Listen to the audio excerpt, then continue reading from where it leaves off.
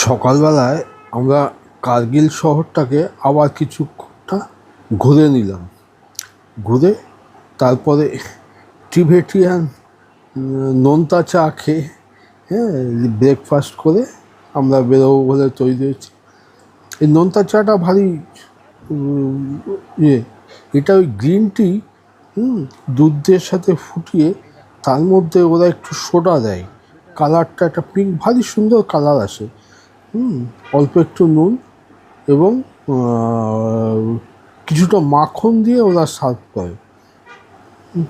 খেতে বেশ একটা নতুন লাগে। এখানে দেখছিলাম খুব পপুলার, প্রায় সকালবেলা অনেককেই দেখলাম এই চা আর ওই নান টাইপের এখানে একটা রুটি পাওয়া যায়, সেই রুটি দিয়ে এরা সব ব্রেকফাস্ট করছে। তা আমিও টেস্ট করার জন্য খেলাম, খারাপ লাগলো না। আর এই কার্গিল শহরটা সকালবেলা আমরা একবার গাড়িতে ঘুরে নিলাম চারপাশে। আর এই হচ্ছে সরয়ু নদী। এরপরে আমরা ওই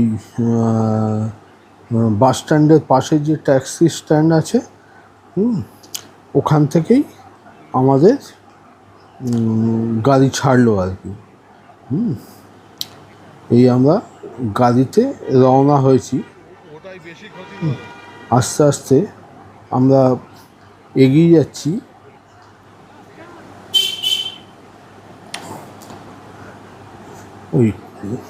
এই শুরু হলো সরয়ু ভ্যালি। এই সরয়ু নদীর পাশ দিয়েই পুরো ভ্যালিটা,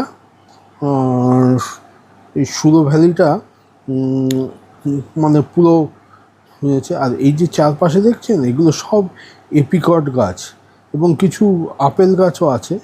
তবে আমরা যখন গিয়েছিলাম তখন ওই এপিকট ব্লুজুমের যে ফেস্টিভ্যালটা হচ্ছিল সেটা যা শেষ হয়ে গেছে। গাছের ইয়েগুলো ছোট ছোট বেরিয়েছে। তবে আমরা আপেলের প্রচুর ফুল দেখেছি, আপেল গাছগুলো ভর্তি রয়েছে। আর এই এখানে বৃষ্টি হয়, তবে খুব বেশি নয়। তবে ওই সুরো নদীর যে জল এবং জন্য জায়গা খুব উর্বর। আর এটা একটা ডিফেন্স কলোনি আর কি। প্রচুর দেখতে পাচ্ছেন পুরো সুরো ভ্যালিটা কিরম সবুজ।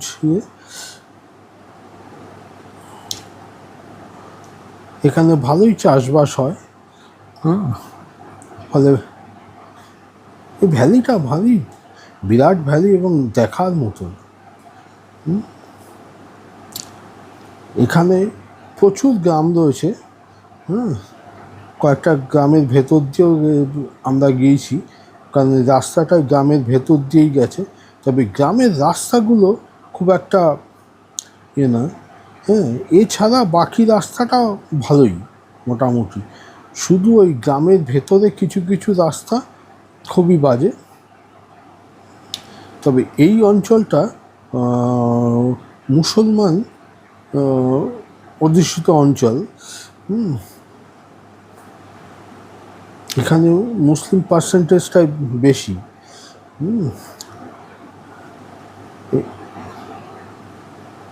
এখানে ওই মসজিদও আছে।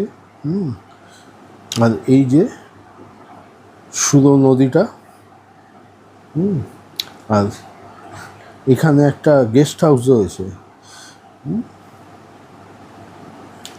আর একটু এগিয়ে গিয়ে একটা চেক পোস্ট পড়বে। ওখানে আমাদের বেশ কিছুক্ষণ দাঁড় করিয়েছিল। ওই যে সামনে আসছে চেকপোস্ট। আর এখানে একটা ওয়াটার ট্রিটমেন্ট প্ল্যান্টও রয়েছে।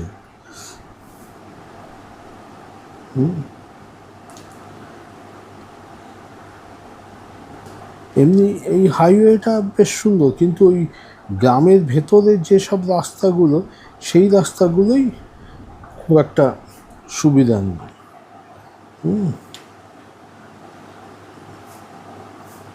দেখেছেন ভ্যালিটা যত এগোচ্ছেন তত সুন্দর।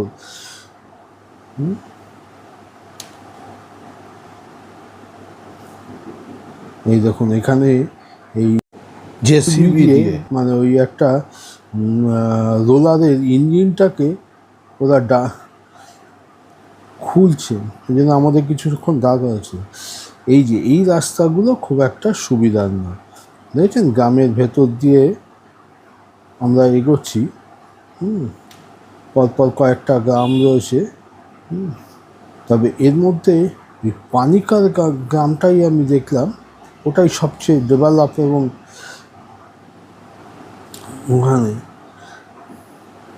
ওখানে বসতিটাও বেশি।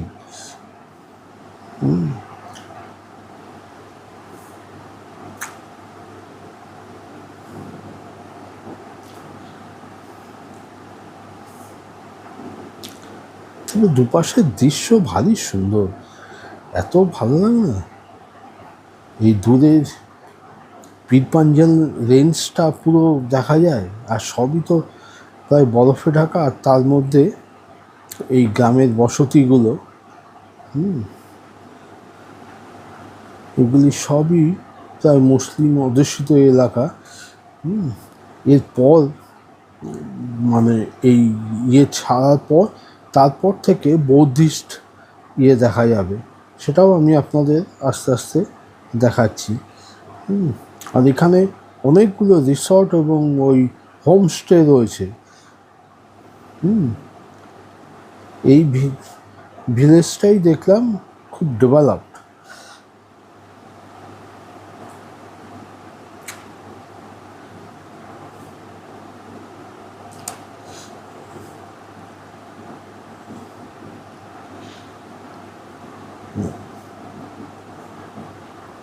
আমরা আস্তে আস্তে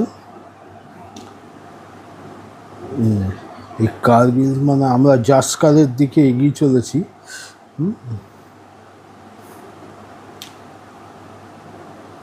মানে এই কার্গিল সাইডটা যেরকম মুসলমানের, আবার ওই জাসকার এটা ওখানে বৌদ্ধিস্ট পার্সেন্টেজটা বেশি। ক্রমশ আমরা ওপরের দিকে উঠছি।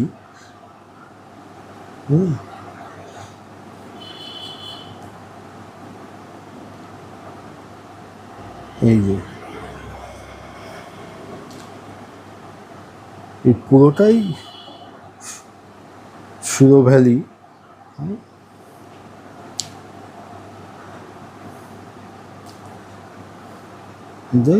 দুপাশে দৃশ্য এত সুন্দর, মানে ঠিক না দেখলে জিনিসটা কল্পনা করা যায় না।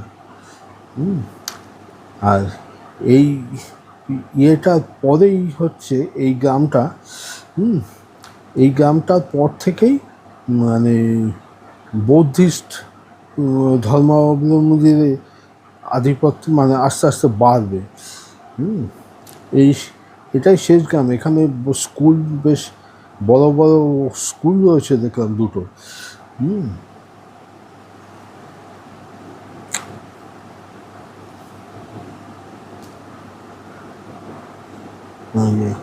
মসজিদ রয়েছে এখানে। এইবার আমরা রংধুমের দিকে এগিয়ে চলেছি।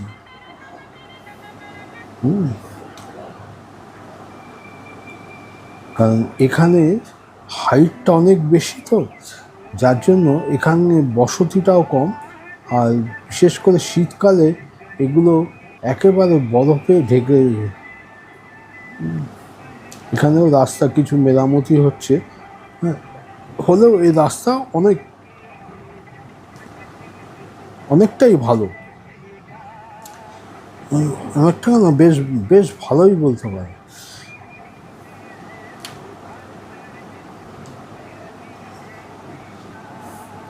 আস্তে আস্তে এই বরফের পাহাড়গুলো এগিয়ে আসছে, কারণ রংডুমটা বেশ উঁচুতে।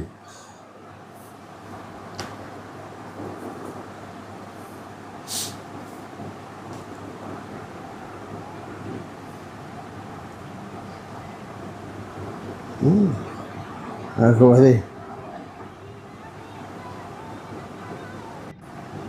একেবারে হাত বাড়িয়েই প্রায় ইয়েগুলো দেখা যায়। আর এইগুলো সব সমস্ত বরফেই ঢাকা ছিল। তবে এখন বরফটা গলেছে, যার জন্য রাস্তাটাও খুলেছে, না হলে এই রাস্তাও বন্ধ থাকে।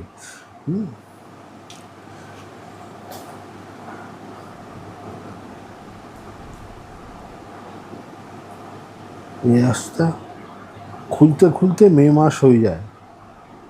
তার আগে পর্যন্ত এই রাস্তা প্রায় বন্ধই থাকে।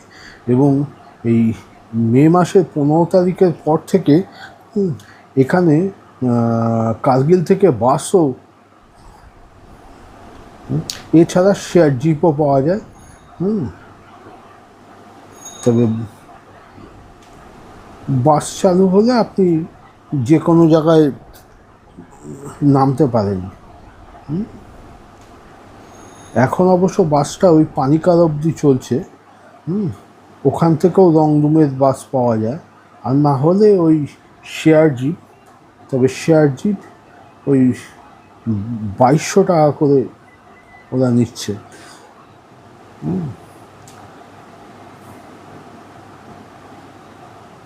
তবে বাস চালু হলে হয়তো বাসে আপনি 5-6 টাকার মধ্যে এখানে চলে আসতে পারবেন।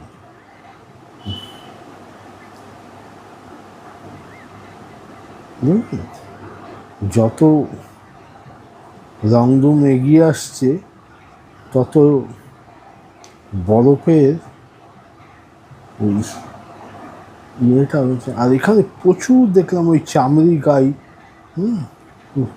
ঘুরে বেড়াচ্ছে রাস্তার উপর, এবং ওই ঘাস ফাস খাওয়ার জন্য।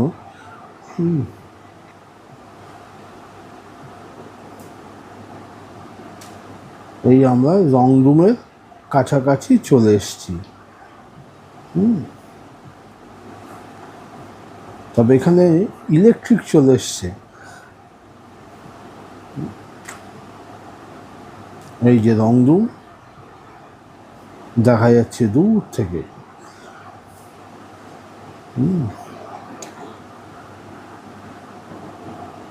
এই হচ্ছে রংডুম গেস্ট হাউস।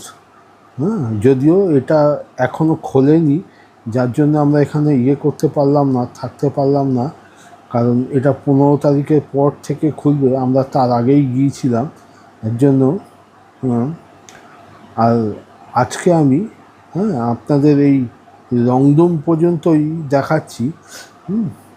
আমি পরে যখন সেকেন্ড পার্টটা দেখাবো তখন ওই রংডুম মনেস্ট্রি এবং ওখানে যে বাসস্ট্যান্ড সেগুলো সবই দেখানোর চেষ্টা করব। তবে রংডুমটা বিরাট সুন্দর একটা ভ্যালি। এখানে মানে টেন্টও থাকে, তবে এখনও সেগুলো চালু হয়নি।